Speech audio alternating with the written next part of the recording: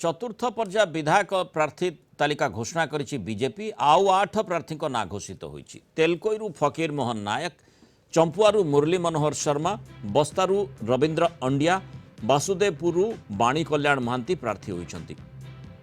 सेभଳି हिंदोलरू सीमाराणी नायक, सालेपुरु अरिंदम राय को टिकेट मिली। केन्द्रापड़ारू गीतांजलि सेठी और खोर्धारू लड़िबे प्रशांत कुमार जगदेव। बीजेडी छाड़ी बीजेपी रे जोग देइथिबा नेता को गुरुत्व दिया जाइछि। एबे भी आउ 7 आसन रे प्रार्थी घोषणा बीजेपी रो बाकी रहिछि। तो निश्चित भाव में सेठी रहिबो सेटा मु निहाती भाव में जेतबेले जन जनक संगे सेठी भेटिबी तांकर मौलिक समस्या कहार कोन पर्सनल समस्या सेगरा निश्चय मु जानिया पाइबी एवं मु ताकू समाधान करिया मध्ये चेष्टा करिबी।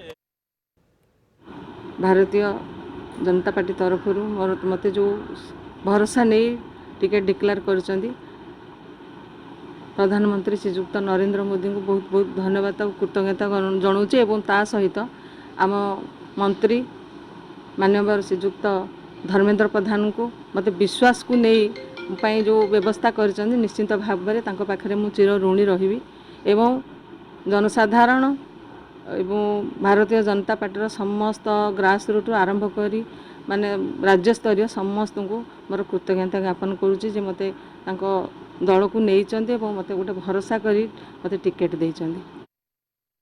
प्रथम मु कृतज्ञता ज्ञापन करी राज्य समस्त वरिष्ठ कार्यकर्ता मानक एवं जिलार जिला सभापति एवं समस्त वरिष्ठ कार्यकर्ता एवं आमर एमपी श्रीयुक्त प्रताप षडंगी को जी मानक मो पर आस्था प्रकट कर गुरुदायित्व देइचंती